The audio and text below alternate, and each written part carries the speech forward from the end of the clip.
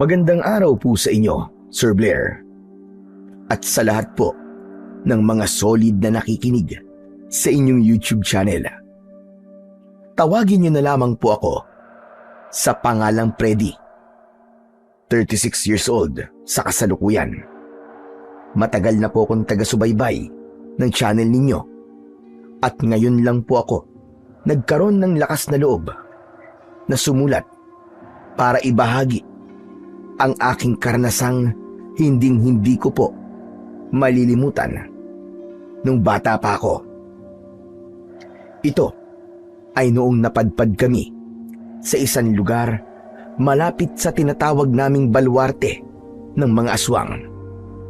Baluarte na ang ibig sabihin ay kuta o pugad ng mga mababangis na kampon ng kadiliman. Bumiyahe kasi kami ni Lola noon para dumalo sa isang family reunion na ginaganap namin taon-taon. At sa may parteng Visayas ang napili naming venue kung saan nakatira ang isang anak ni Lola. Excited na excited pa naman ako noon na muling makita ang mga pinsanin ko. Pero hindi namin inakala na sa taong yun, hindi kami makakadalo sa reunion. Naaksidente kami dahil sa kayabangan ng isang bus driver na siya palang magdadala sa amin ng isang karanasang ni sa panaginip ay hindi ko akalaing mangyayari. Ako po ulit si Freddy at ito ang aking kwento. Lola, malapit na po ba tayo? Nako apo, medyo malayo-layo pa. Baka mga 2 o 3 oras pa bago tayo makarating. Naku, ang layo naman po pala ng pupuntahan natin. Medyo nahihilo na po ako at pagod na po ako sa maghapon nating biyahe. Ikaw Lola, okay ka pa po ba? Oo naman. Huwag mo kong alalahanin. Matagal ko nang inihanda ang sarili ko sa biyahe natin na to. Hindi ako nahihilo. Sanay na ako sa biyahe mula pa nung kabataan ko. Mabuti ka pa po Lola. Kanino kaya ako nagmana ng pagiging mahihiluin sa biyahe, no? Nagmana ka sa lolo mo. Tulad mo, madali din siya mahilo lalo na kapag aircon ang bus. Nako, ay talaga naman, panay ang suka nun. Suko talaga siya sa mga balayo ang biyahe na tulad nito. Sayang, sana sa inyo na lang po ako nagmana, no? Para kahit saan po ako makarating, hindi po ako nahihilo. Dahil sa sinabi ko, ay agad na binuksan ni Lola ang kanyang dalambag at may inilabas na isang piraso ng dahon. Nilamukos niya ito, saka iniabot sa akin. Kunin mo ito, apo. Amuyin mo para mawala yung hilo mo. Salamat po, Lola. Habang inaamoy-amoy ko ang dahon na ibinigay niya, ay nakaramdam ako ng ginawa. Pero ilang minuto lang ay biglang nagkaroon ng tensyon sa loob ng bus. Medyo bumilis na ang patakbo ng driver. May nakita kong bus na nasa unahan. Ayaw nitong magpa-overtake. Nanggigit-git kahit ilang beses nang binubusinahan. Lola, natatakot po ako. Baka mapano po tayo dito. Humigpit ang pagkakahawak ko sa sandalan ng upuan sa harap ko. Mas lalo kong natakot nang mapansing mga bangin ang nasa gilid ng kalsada. At sa bawat kurba, pakiramdam ko ay tumatagilid ang bus at anumang oras ay tutumba kami o mahuhulog. Tumingin ako sa labas at lalo akong nahilo. Napatingin sa akin si Lola.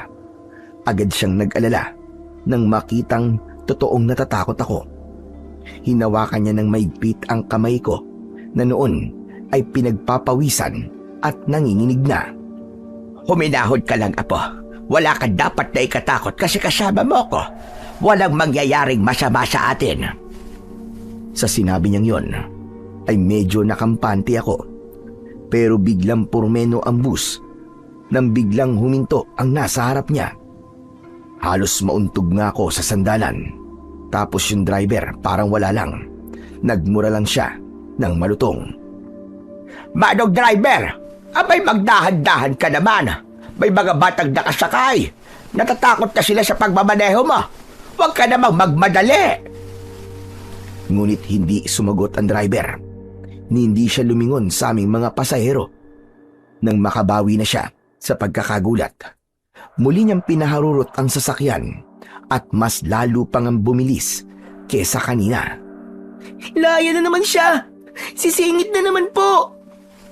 Sumingit ang bus sa makitid na espasyo sa pagitan ng nauunang bus at sa gilid ng bangin. Sigawan ng ibang pasahero. Halos isumpa nila ang driver. Ay naku naman! Papatayin mo ba kami ha? Magdahan-dahan ka! Nagkagulo na sa loob. Lahat ay nagrereklamo na. May mga bata na ring umiiyak. May dagdarasal ng malakas. Pero parang bingi ang driver. Wala man lang siyang reaksyon. Parang wala siyang ibang gusto kundi ang maunahan ng bus na nasa kanyang harapan. Wala na siyang pakialam sa mga pasahero niya. Abay iho, kung nagpapakamatay ka, huwag kang magdamay. Kawawa naman ang mga batang sakay mo. Itigil mo na itong boss. Pababa na lamang kami. Muling nagsalita si Lola.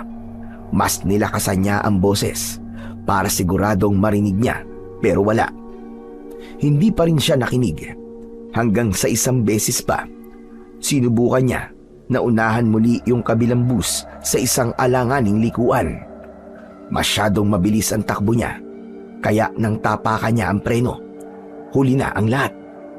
Hindi na kumapit ang mga gulong sa sementadong kalsada. Dumiretso kami sa bangin. Ilang segundo, narinig ko ang malakas na lagapak ng bus sa tubig. Malakas ang impact ng pagbagsak, kaya nabasag ang salamin sa unahan. Hindi ko na alam kung ano ang nangyari sa iba, pero si Lola naging maagap sa pagpapaalala sa akin. Freddy apo, hawakan mo ko na maigpit. Pero hindi ko kagad nahawakan si Lola. Mas inuna kong hawakan ang bag niya kung saan naroon ang mga gamit niya.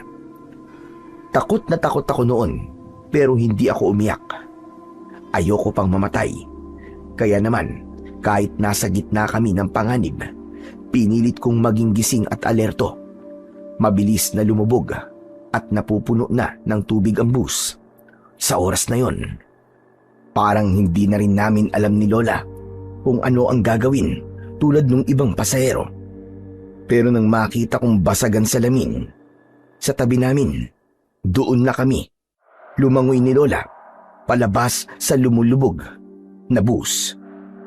Nang nasa ibabaw na kami ng tubig, ay naramdaman naming dalawa ang malakas na agos ng ilog. Apo, huwag kang bibitiw sa akin kahit anong mangyari. Opo, Lola! Kakapit lang po ako sa inyo! Magkahawak kamay kaming naanod. Sinubukan naming lumangoy papunta sa pangpang, pero masyadong malakas ang puwersa ng tubig. Ilang beses din kaming lumubog at lumitaw hanggang sa tila himala na may nakapitan kaming isang troso na marahil ay inanod din galing sa bundok. Nang makakapit kami doon, saka lang kami nakahinga ng maluwag. Salamat sa Diyos. Ligtas na tayo, Apo. Hindi na tayo malulunod. Kaya nga po, Lola. Mabuti na lang po at may kahoy. Ang troso ang nagsilbing balsa naming dalawa ni Lola. Nakayakap kaming dalawa sa magaspang na kahoy habang tinatangay ng mabilis na agos. Wala kaming magawa kundi ang magpaanod at magdasal na sana ay mapadpad na kami sa mababaw na parte. Hindi ko alam kung gaano katagal kaming nasa tubig. Nag-iiba na din kasi yung paligid. Wala na yung kalsada at napalitan na ng mga matataas na puno at masukal na lugar. Lola, okay pa po ba kayo? Oo, apo. Ayos lang ako. Maya-maya pa ay may narinig kaming mga tinig. Dito! May tao dito!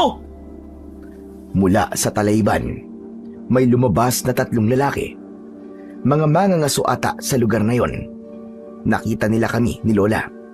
Agad silang lumangoy sa ilog palapit sa amin. Hinila nila ang troso at inalalayan nila kami hanggang sa pangpang. Diyos ko! Saan kayo galing? Ano nangyari sa inyo?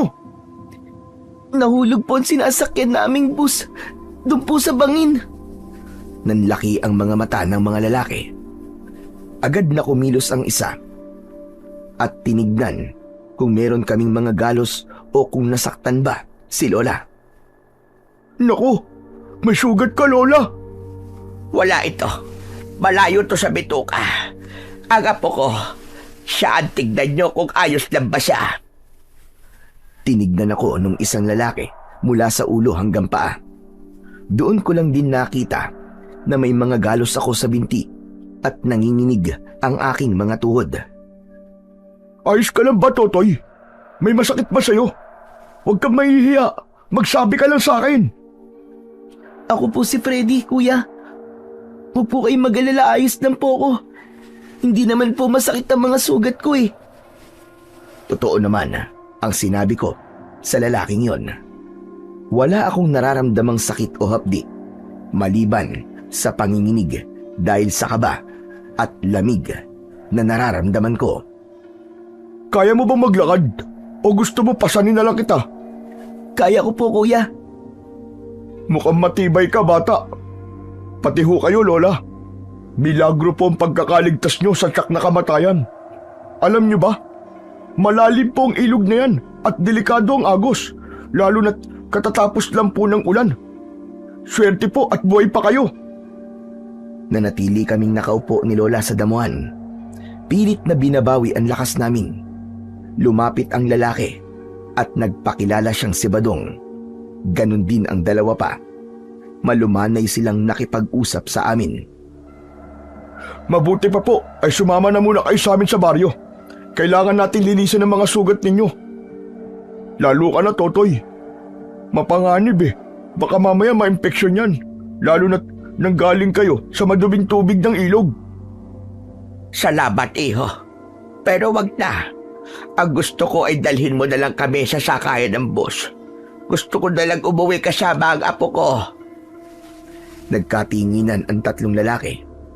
Parang hindi sila sumang-ayon sa sinabi ni Lola base na rin sa nakita kong reaksyon ng kanilang mga muka. Lola, napakalayo po ng bayan mula rito. Hindi po namin kayo kayang ihatid kagad doon, lalo na po sa kalagayan nyo ngayon. Aabutin po tayo ng gabi sa daan at masyadong delikado ang gubat kapag madilim na. Delikado po talaga, Lola, para sa amin. At para sa inyo rin po. Pero iho, hindi kami taga rito. Pasensya ka na. Pero mahirap ang magtiwala lalo na sa mga hindi kakilala. Oo nga at iniligtas nyo kami at laking pasasalamat ko roon. Pero gusto na naming makauwi. Magtiwala po kayo sa amin, Lola. Hindi po kami masasamang tao. Wala kaming gagawing masama sa inyo. Ang gusto ko lang po ay magamot ang mga sugat ninyo at makapagpalit po kayo ng maayos at tuyong damit. Nakita kong hindi kumbinsido si Lola sa sinabing yun ng lalaki. Ganun siya.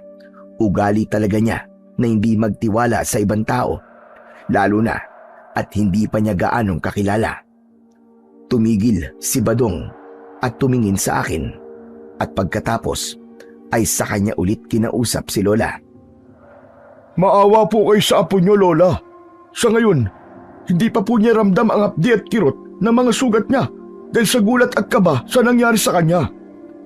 Natural po na reaksyon niya ng katawan ng tao para makayanan po ang sakit. Pero mamaya po niyan, kapag humupa na po ang kaba, naku, sigurado po ako hahapdi po yan. At baka magkasakit pa po ang apo niyo. Pipilitin mo pa rin bang palakarin siya ng malayo sa ganyang kalagayan po niya? Tumingin si Lola sa akin. Nakita niya siguro yung panginginig ng katawan ko. kaya bigla siyang napabuntong hininga. Maya-maya pa ay nakita ko siyang tumango ng dahan-dahan. Oo na, sige na. Kung yun ang tingin niyong makabubuti sa apo ko, pumapayag na ako. Pero sigurado ha, mabubuti kayong tao. Naku, kapag hindi ako magdadalawang isip na parusahan kayo. Opo, promise po Lola. Mababait po kami. Wala nang nagawa si Lola, kundi ang sumunod. Kahit alam kong labag ito sa loob niya, napagtanto niyang kailangan talaga namin ng tulong. Inilalayan siya ni Kuya Badong na makatayo at saka sila naglakad. Nakasunod naman ako sa likuran nila. Grabe, ibang klase yung dinaanan namin. Masyadong makitid yung daan, tapos ay panay matataas na puno at makapal na damo ang nakikita ko sa paligid. Habang naglalakad ako, unti-unti ko nang nararamdaman ang tila pagbigat ng mga binti ko. Yung mga galos ko nagsisimula na ding humapdi, lalo na at paminsan-minsan ay nasasagi ng mga damo at sanga. Napansin yata ni Kuya Badong na medyo pipilay-pilay na ako na maglakad. Huminto siya sandali at lumingon sa akin. O Totoy, kaya pa ba? Halika, pasanin na kita. Mukhang hirap ka na maglakad eh. Hindi na po, Kuya Badong. Kaya ko pa po. Malapit naman na po siguro eh. Medyo malapit naman na. Pero sigurado ka ha, kaya mo pa ha. Kapag nahirapan ka na, huwag ka mahiya magsabi sa akin. Opo, kaya ko pa po. Sa totoo lang, ay nahihirapan na ako at nasasaktan. Pero ayokong maging pabigat. Ang laki-laki ko na kasi para magpabuhat pa. Saka nakikita kong may bit-bit din siyang mga gamit. Kaya naman, nahiya ako. Apo, bakit parang nabubutla ka? Kaya mo pa bang talaga? Naku, pwede naman tayong tumigil sandali kung pagod ka na. Huwag mong pilitin. Huwag na po la. Mas gusto ko po na bilisan na po natin para makapagpahinga na po tayo ng maayos. Ayoko po dito. Nakakatakot po kasi ang huni ng mga ibon eh. Para pong ang lapit-lapit nila. Halos sabay-sabay na napalingon sila sa akin. Anong ibon na sinasabi mo? Abay, wala naman ako naririnig na huni ng mga ibon ah. Meron po la. Rinig na rinig ko po na para pong umiiyak po na ewan. Tsaka napakarami po nila. Hindi niyo po ba naririnig? Ang iingay po nila. Agad na lumapit sa akin si Lola at hinawakan ako sa noo. Nako, mainit ka. Baka guni-guni mo na lang ang naririnig mo. Dahil sa hilo mo at saka sa pagod. At ngayon may lagnat ka pa. Eh wala naman talagang huni na mga ibon. Napahinto si Lola sa pagsasalita. Napansin niyang huminto rin sa paglalakad sila Badong at ang dalawa niyang kasama. Seryoso ang muka ng mga lalaki at nakatingala sa mataas na puno na tila may pinakikiramdaman. Teka lang, huwag kayong maingay. Bakit? Anong meron, Badong? Basta Lola, at huwag rin po kayong gagalaw. Napatingin na rin kami sa itaas ni Lola. Mula sa malalagong dahon ng mga dambuhalang puno, biglang nagsiliparan ang napakaraming itim na ibon at sabay-sabay silang humuni. Jesus Mariosep! Ano ba yan? Bakit ang dami nila? Mga uwak Lola, nabulabog po sila. Sabi na po sa inyo, Lola eh. Yan po, ganyan po yung narinig ko kanina. Muli silang napatingin sa akin. Ano kayang mangyayari? Bakit nagkakagulo mga ibon?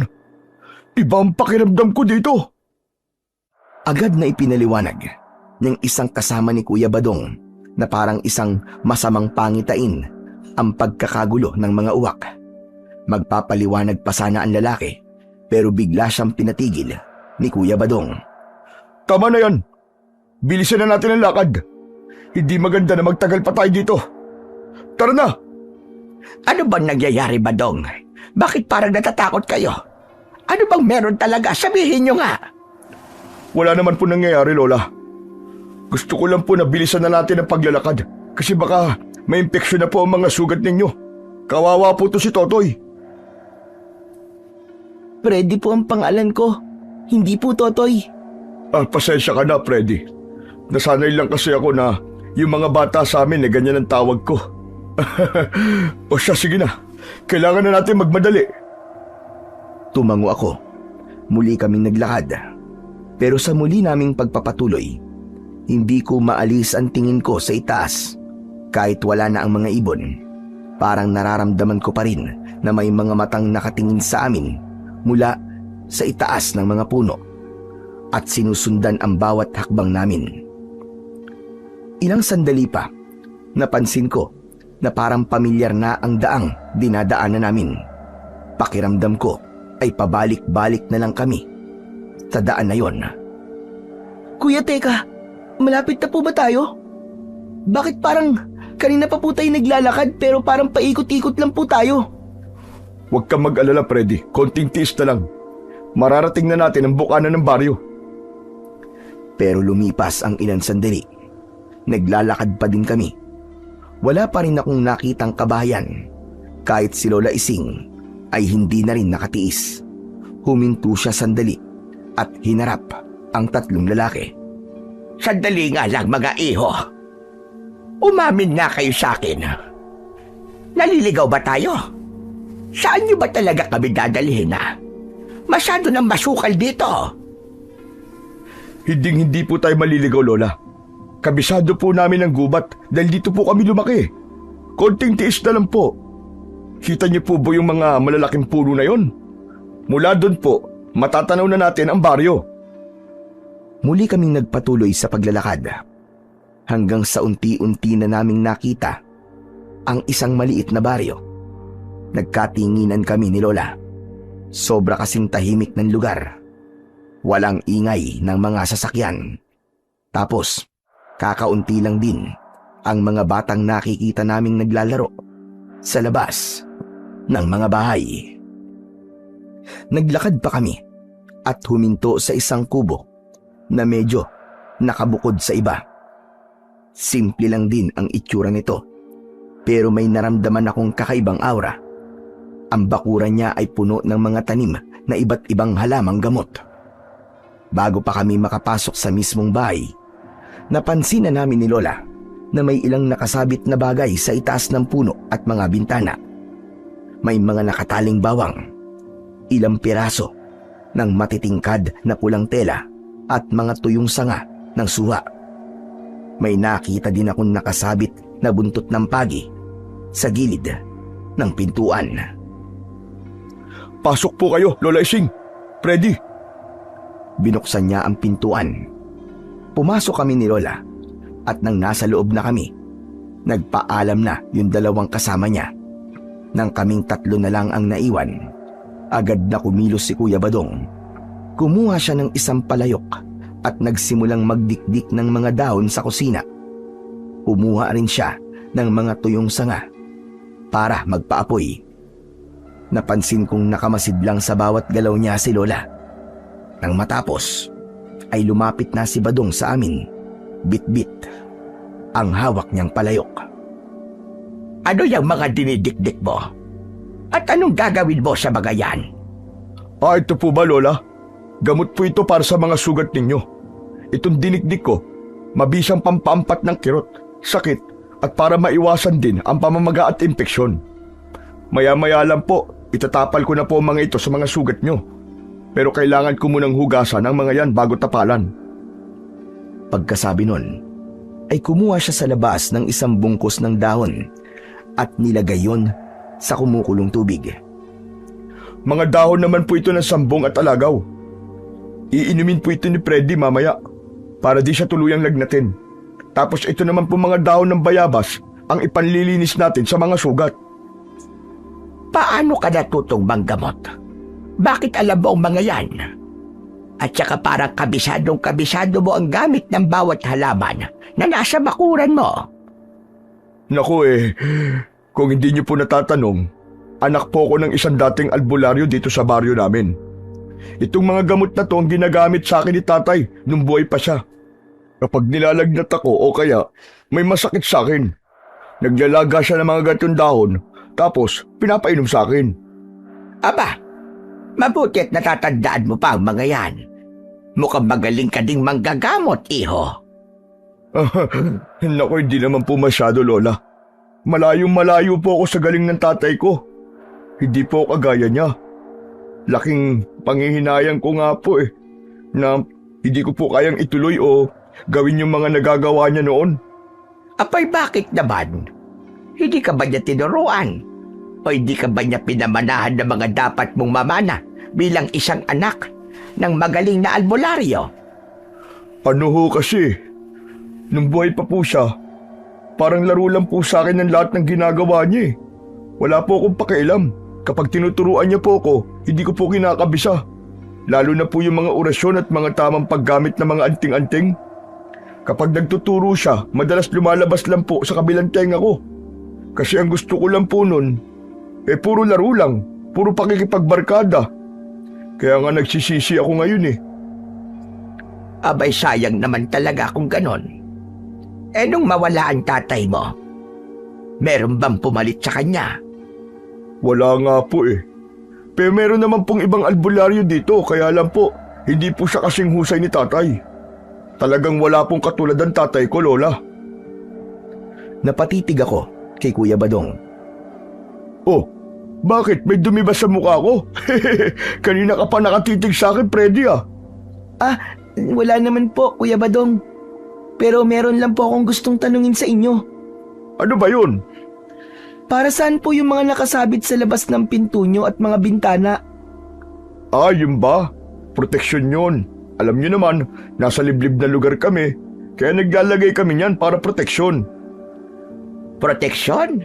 Abay para saan? Sa mga aswang po, Lola. Po, may aswang po dito sa baryo nyo, Kuya Badong? Hindi niya ako sinagot. Naglakad siya ulit, papunta sa kusina at kinuha ang kaldero kung saan niya pinakuluan ang mga dahon. Isinali niya ang laman nun sa 2 tasa. Tapos, yung pinaglagaan naman ng dahon ng bayabas ay inilagay niya sa 2 palanggana at nagdagdag ng tubig. Isa-isa niyang inilapit ang mga yon sa amin ni Lola Ising. Heto po.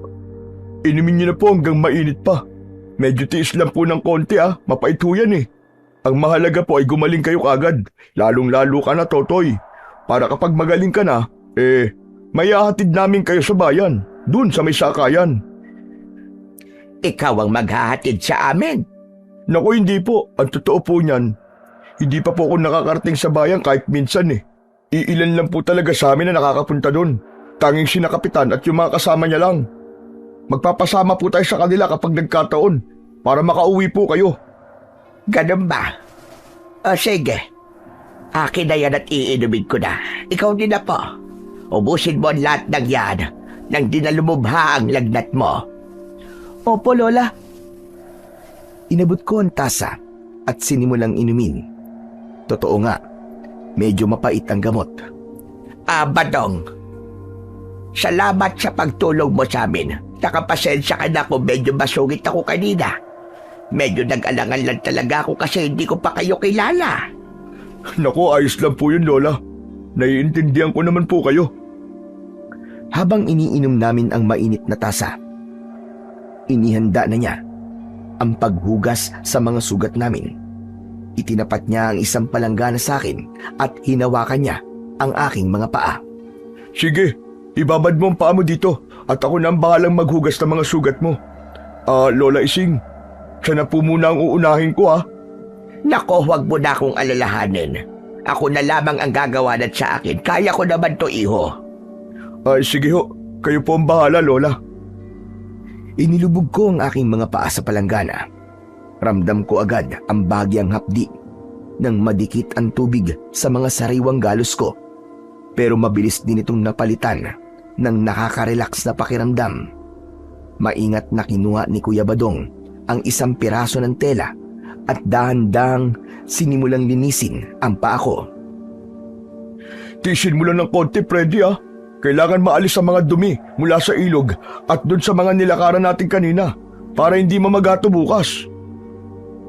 Wala akong nagawa kundi ang mapapikit at kumapit sa gilid ng upuan, at nang matapos, kinuha na niya ang mga dinikdik na dahon at marahang itinapal ang mga ito sa aking mga sugat. Tinalian din niya ito ng malinis na puting tela. O ayan, hayaan mo lang yan hanggang sa matuyo sa balat mo. Makakatulong yan para mabilis na gumaling ang mga sugat. Opo, kuya. Salamat po. Pagkatapos mag-asikaso, tumayo na siya at pumasok sa isang silid na nahaharangan ng kurtina. Paglabas niya, ay may dala na siyang mga gamit tulad ng unan, isang banig at isang kumot. Dito na muna kayo sa sala, Lola Ising. Pasensya na po kayo at maliit lang po ang bahay ko. Iisa lang po ang kwarto.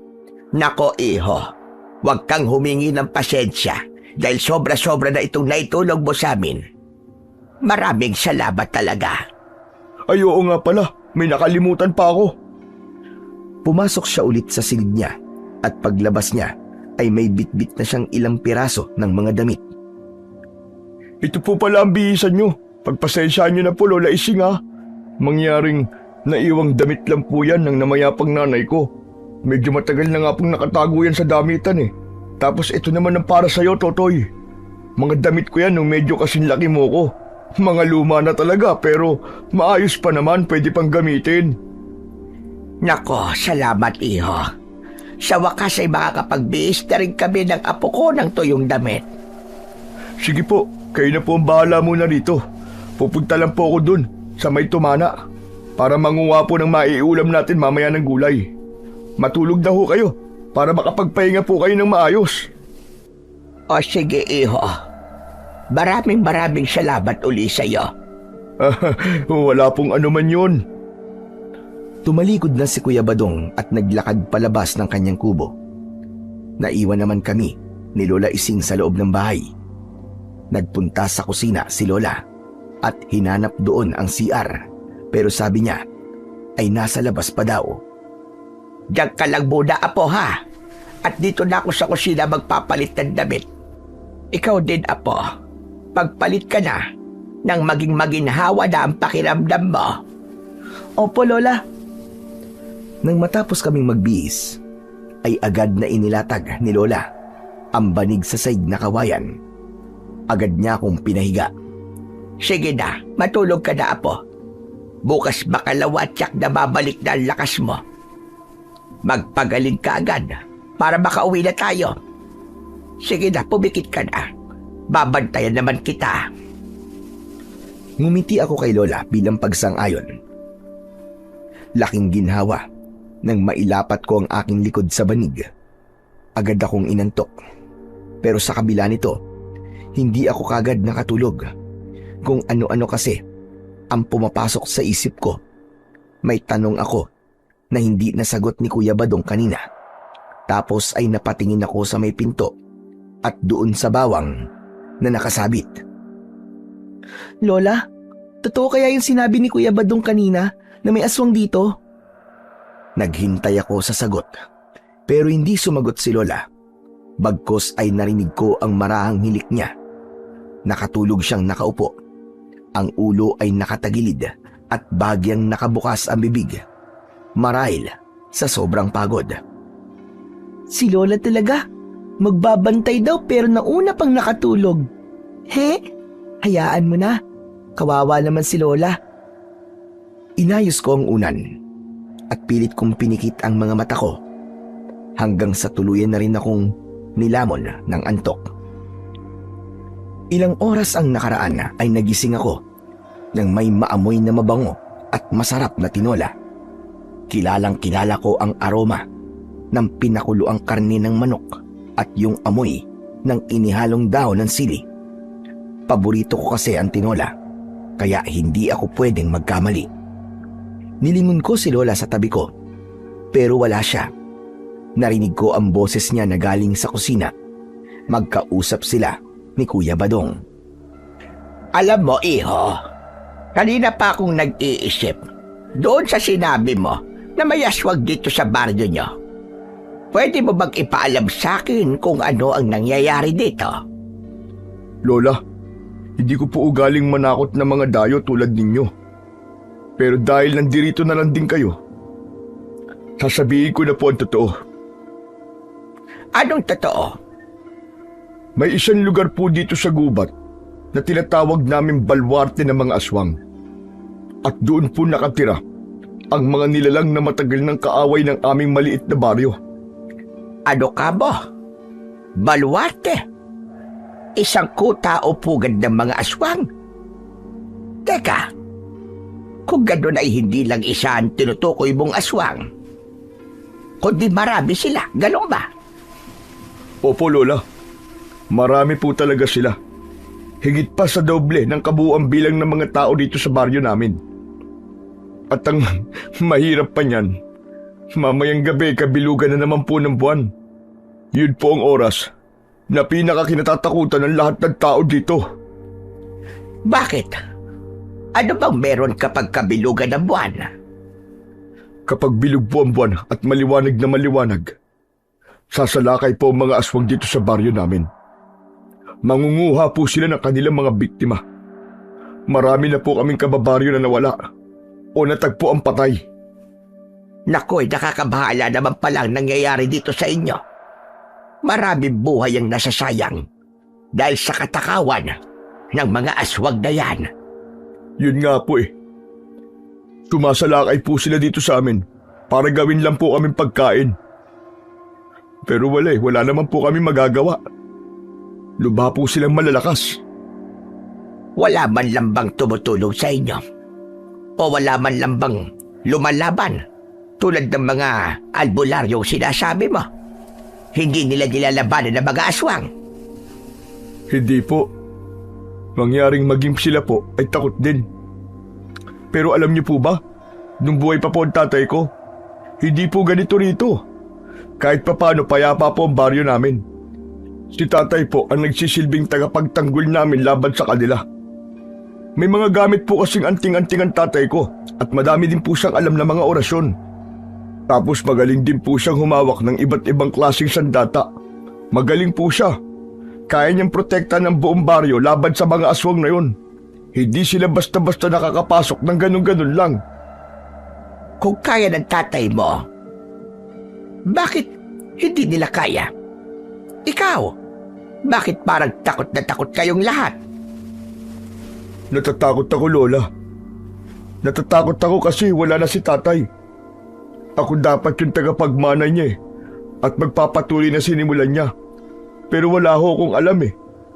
At yung mga nakalagay dyan sa mga bintana at pinto, ginaya ko lang yan sa mga nakikita ko nilalagay niya noon.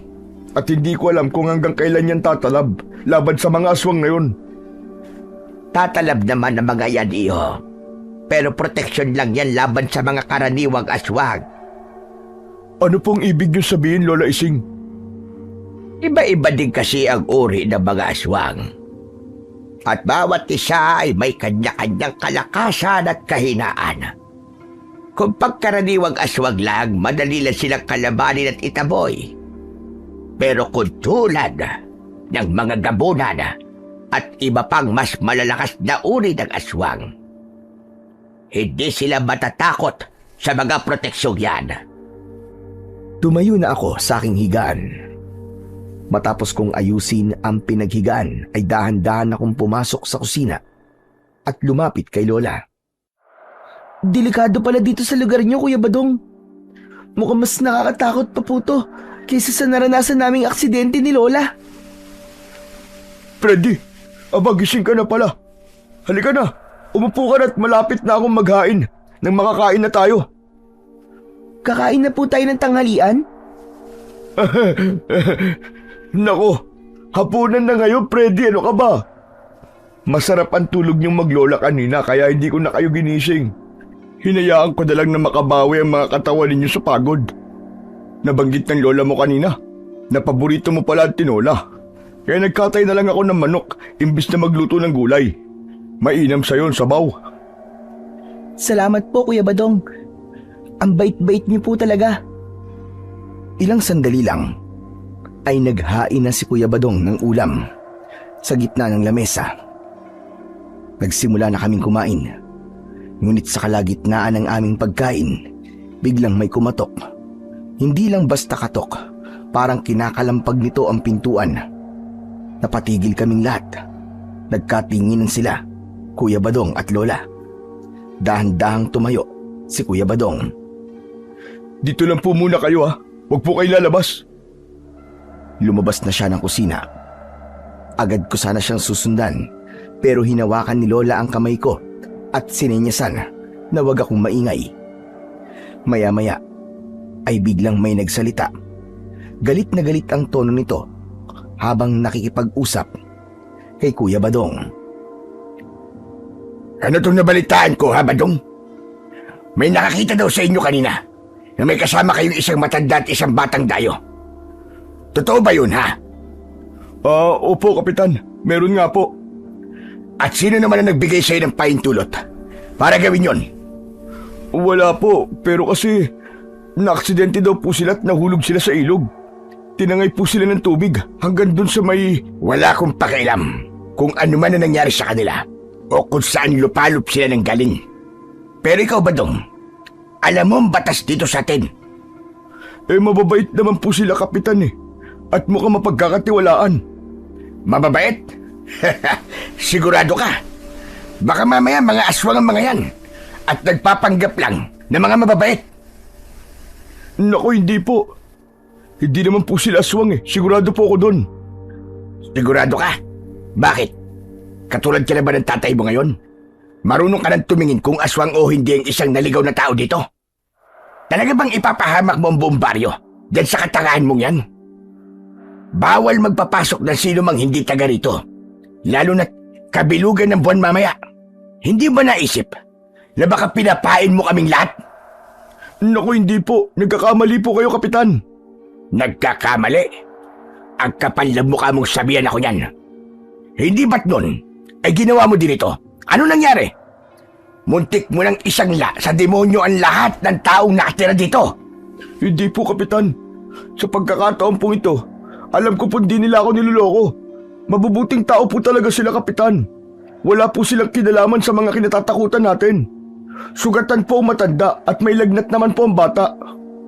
Huwag na po kayong magalit. Kailangan po talaga nila ng tulong. Wala akong pakialam kung kailangan nila ng tulong. Ang batas ay batas. At ang batas ay para sa kaligtasan ng mas nakararami. Kailangan mo sundin yun. Hala, sige. Palayasin mo sila rito sa baryo. Palayasin mo ngayon din. Nagkakaintindihan ba tayo? Tahimik lang kaming nakikinig ni Lola sa kusina. Medyo nanigas ako sa kaba ng mga oras na yon. Sumapit na kasi ang dapit hapon. Kaya naman, alam kong hindi madali para sa aming maglola ang lumabas at maglakad sa gubat kung sakali mang palayasin kami. Pero Kapitan, paggabi na. May sakit po yung bata Mamamatay sila sa labas. Maawa naman po kayo. Maawa? Badong, ano bang mas mahalaga sa'yo? Ang buhay ng dalawang dayuhan na yan? O ang buhay ng lahat ng nakatira rito? Kapag ang mga yan ang naging dahilan para puksain tayo ng mga taga-Baluarte, ikaw ang mananagot. Pero Kapitan, maawa naman po kayo. Pakiusap naman. Bigyan niyo naman po sila ng konsiderasyon. Kahit bukas po, ako po mismo maghatid sa kanila sa bayan. Manahimik ka. Inuutusan kita. Palayasin mo mga yan dito sa baryo. Hindi tao mga yan. Kailangan natin magdoble ingat. Tao sila, Kapitan. Kitang-kita ko po ang dugo nila. Ba't bang tigas ang ulo mo? Talagang wala ka natutunan sa tatay mo, no? Hindi mo ba napansin kanina? Maraming uwak. Kaya pala, may dala kayong malas dito. Ayokong isugal ang buhay ng mga tao dito sa baryo para sa konsiderasyon at awa na sinasabi mo. Ilabas mo sila rito o kami mismo maglalabas sa kanila. Sa sobrang takot ko, ay napahawak ako sa kamay ni Lola. Lola, ano pong gagawin natin? Apo, huwag kang matakot. Ramdam ko ang panginginig ng mga kamay niya. Alam kong kinakabahan na din siya. Muli narinig namin ang pakiusap ni Kuya Badong sa malupit at istriktong kapitan nila. Parang awa niyo na po, Kapitan Bito. Hayaan niyo na po sila magpalipas ng gabi dito. Ako po mananagot kapag may nangyaring masama. Manahimik ka, Badong. Ang utos ko sundin mo. Palayasin mo ang mga yan dito. Bibigyan kita ng 30 minuto para gawin yan. At kapag hindi mo ginawa, may kalalagyan ka talaga, Badong, maniwala ka. Padabog na umalis si kapitan at narinig naming malakas ang pagbagsak ng pinto. Lumapit si Kuya Badong sa amin. Puno ng pag-aalala ang kanyang muka. Pasensya na po kayo, Lola Ising, Freddy. Hindi ko akalaing mangyayari to. Huwag kang mag-alala sa amin, Badong. Kung talagang hindi kami pwede dito, aalis na lang kami. Hindi pwedeng pati ikaw ay mapahamak ng dahil sa amin. Ayoko din na kami maging sanhi ng gulo rito. Hindi, Lola, hindi kayo aalis. Mapanganib po sa gubat lalo na sa ganitong oras eh. Kamatayan po nag-aantay sa inyo doon. Dito lang ho kayo. Ako po ang harap sa kanila kung bumalik man sila. Tsaka meron po akong naisip na plano. Ano yun, Badong? Mamaya po, pagbalik nila, magtago po kayong dalawa. Magtago? Saan po kami pwedeng magtago dito, Kuya Badong? Iginala ko ang aking mga mata sa loob ng maliit na kubo. Naghanap ako ng kahit na anong sulok na pwedeng pagtaguan. Pero tila imposible ang sinasabi ni Kuya Badong. Ang bahay niya ay isang tipikal lang na kubo. May maliit na sala, may kusina at isang kwarto. Tumingin ako sa ilalim ng lamesa pero masyadong lantad doon. Tinignan ko ang kaisa-isang aparador sa sulok na gawa sa kahoy. Pero naisip ko na ako lang ang kasya doon.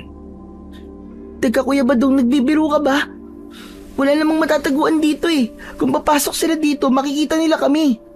At tsak, persahan nila kaming ilalabas at ipapatapon sa gubat. Makikita nila kami dito, Kuya. Ngumiti si Kuya Badong. Tinawag niya kami sa sala. At nang nandun na kami, inalis niya ang banig na inilatag ni Lola kanina. Tapos ay may konting binutingting doon.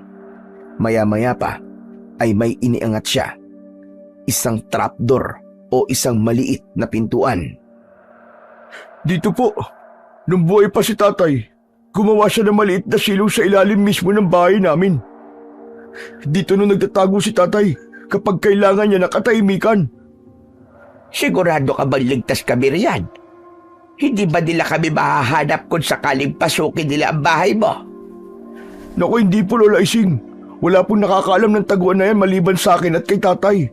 Kahit si Kapitan Bito pa po, hindi alam na may silong ang kubong to. Mamaya po pagdating nila, sasabihin ko po na pinalayas ko na po kayo at tumuloy na kayo sa gubat dahil sa takot. Magsisinungaling po kayo sa mga kababaryo niyo para sa amin, Kuya Badong? Oo, Freddy. Yung kasi ang kailangan eh. Kung sasabihin ko sa kanila totoo, kukunin nila kayo at itatapon sa gubat kung saan wala kayong kalaban-laban ng lola mo. Mas pipiliin ko pa magsinungaling kaysa hayaan kayong mamatay. Hindi kami nakasagot ni Lola. Maya-maya pa, may narinig na akong mga yabag na papalapit. Madami sila, sigurado ko. Malinaw na malinaw kong naririnig ang mga naaapakan nilang mga tuyong dahon at damo. Diyos ko, pabalik na po sila dito. Ano? Agad-agad? Wala pa nga 30 minuto ah. Maniwala po kayo sa akin. Hindi lang po si Kapitan ang pabalik dito. Marami po sila. Naku, dali. Pumasok na kayo dyan sa loob. Bilisan nyo. Dahan-dahan kaming bumaba ni Lola sa silong. At pagkatapos, nang nakapwesto na kami, ibinalik na ni Kuya Badong ang trapdoor at ang banig sa ibabaw namin. Binalot kami ng kadiliman ng sandaling yon. Ilang sandali pa ay may kumatok na sa pinto. Halos magulat ako sa lakas ng kanyang mga katok. Ano ba? Buksan mo ang pinto mo, Badong! Narinig ko ang pagbukas ng pinto. Nasaan ang mga dayuan? Ibigay mo sila sa amin! Wala na po. Pinalayas ko na po sila. Eh di ba yun naman po ang gusto nyo? Huwag mo akong pinagluloko, Badong, ha? Ilabas mo sila ngayon din! Aba, sandali lang naman po, Kapitan. Di ba tinutusan niyo ako kanina na paalisin na sila? Ginawa ko na ho yun. Sino pa nga hanapin niyo dito? Tumabi ka riyan! Wala akong tiwala sa'yo. Sige mga kasama, halugugin ang kubo na to. Kailangan natin makita ang mga yan nang di na makapaminsala pa! Nagsimula na ang ingay sa itaas. Narinig ko ang pagbukas ng aparador at ang pagbagsak ng iba't ibang gamit sa loob ng bahay. At kapag nadadaanan nila ang trapdoor, ay nalalaglag ang konting alikabok sa mukha namin. Tinakpan ni Lola ang bibig ko gamit ang kanyang palad. Sinyalis na kahit na anong mangyari, ay wag akong gagawa ng tunog o ingay. Samantala, may isang pares ng paan tumigil mismo sa ibabaw ng trapdoor kung nasaan kami. Narinig ko ang mabigat na paghinga ng lalaking nakatayo doon. Sa sandaling yon, parang tumigil ang mundo ko. Isang maling galaw lang, isang mahinang ubo lang, tapos na kami. Maya-maya pa ay nagsibalik ang lahat ng mga kasama ni Kapitan at nagtipon-tipon sa sala. Agad nilang nireport na wala silang nakita at mukhang totoo ang mga sinasabi ni Badong. Baka nga daw pinalayas na at hinayaan na kami sa gubat. Babalaan kita, Badong, ha? Kung nagsisinungaling ka, magpasensyahan na lang tayo. Hindi po ako nagsisinungaling, Kapitan Vito. Wala naman po talaga sila dito eh. Pinaalis ko na po sila kanina pagkaalis na pagkaalis nyo. Natural lang naman po na piliin ko ang mga kababaryo ko kaysa sa kanila. Hindi po ba? Walang sumagot, pero nararamdaman kong di masyadong nakumbinsi ang Kapitan. Nagawa ko na po ang gusto nyo, Kapitan Vito. Sige o, makakaalis na po kayo at magsasara na ako ng bahay. Kailangan ko ding maganda para mamaya. Umalis na sila. Wala na ang boses ng Kapitan. Naghintay kami ni Lola. Nakatingala kaming dalawa. Hinihintay na buksan na ni Kuya Badong ang trapdoor. Gustong-gusto ko nang lumabas dahil pakiramdam ko ay nahihirapan na akong huminga sa pinagtataguan namin. Pero walang nagbubukas. Lola, bakit di pa tayo pinapalabas ni Kuya? Maghintay lang tayo, Freddy. Alam ni Badong ang ginagawa niya. Nagtagal pa kami ni Lola sa loob ng silong. Medyo naiinip na ako. Siguro ay mga nasa 15 minuto na kami sa silong. Naririnig ko ang marahang paglalakad niya. Pabalik-balik siya mula sa pinto patungo sa bintana. Naiisip ko na baka sinisigurado niya na wala ng matang nakamanman sa labas ng kanyang bakuran. Maya-maya pa, binuksan niya na ang pinto at inalalayan niya na makalabas si Lola. Naku, pasensya na po kayo, Lola Ising ha. Kung di ko kayo kagad na palabas, baka kasi nandiyan pa sila eh. Mahirap nang mabuking. Wala yun, iho. Naiintindihan ko. Salamat. Malaking sakripisyo itong ginagawa mo para sa amin. Kuya Badong, bakit po galit na galit po sa dayo ang kapitan ninyo? Ang sama niya para sabihin na aswang po kami ni Lola. Hindi naman siya talaga masama, Totoy. May dahilan kung bakit siya ganun. Noong nakaraang taon kasi, may nangyaring hindi namin malilimutan dito sa baryo namin. Ano yun, iho? Pwede mo bang ikwento sa amin? May nakilala po akong babae sa gubat nun. Maganda ho siya. Mukhang disente. At ang sabi niya sa akin ay naligaw lang daw siya. Dahil sa awa ko naman, ayun, iniwi ko siya rito sa bahay. Akala ko nakatulong ako sa isang taong nangangailangan. Tapos po, ano po nangyari, Kuya Badong? Malaking pagkakamali na dinala ko siya dito. Dahil ang babaeng yun ay isa palang aswang. Nagpanggap siya mabait, mapagkakatiwalaan at mainhin. Halos lahat ng kababaryo namin kumanga sa kanya. Naging kaibigan siya ng marami, pati na ang pamilya ni Kapitan. Pero traidor pala siya. Jesus Mariosep, anong nangyari? Anong ginawa niya dito sa baryo ninyo? Wala po kaming kaalam-alam. Natahimik pala niya kaming tinatrabaho. Nag-umpisa na pong mawala isa-isa mga kababaryo namin. Minsan naman mga hayop na inaalagaan namin ang nawawala. Akala ko po nawala lang sila o naligaw sa pangangaso. Pero hindi pala. Inunti-unti na pala niya kaming paslanging lahat. Pumatay siya ng mga kababaryo nyo, Kuya Badong? Oo, Freddy, gano'n na nga. Ginamit niya ang tiwala namin para makuha niya ang gusto niya. Marami siyang napatay noon bago pa namin matuklasan ang katraydoran niya. At hindi lang yun. Dahil sa kanya, kaya na-discovery ng mga taga-Baluarte ang baryo na to. Kaya tuwing kabilugan ng buwan, sumasalakay sila dito para pumatay at kumain ng mga tao. Ako ang nagdala ng sumpa sa baryo to. Kaya hindi ko masisisi ang kapitan namin kung hindi niya na kayang magtiwala sa iba.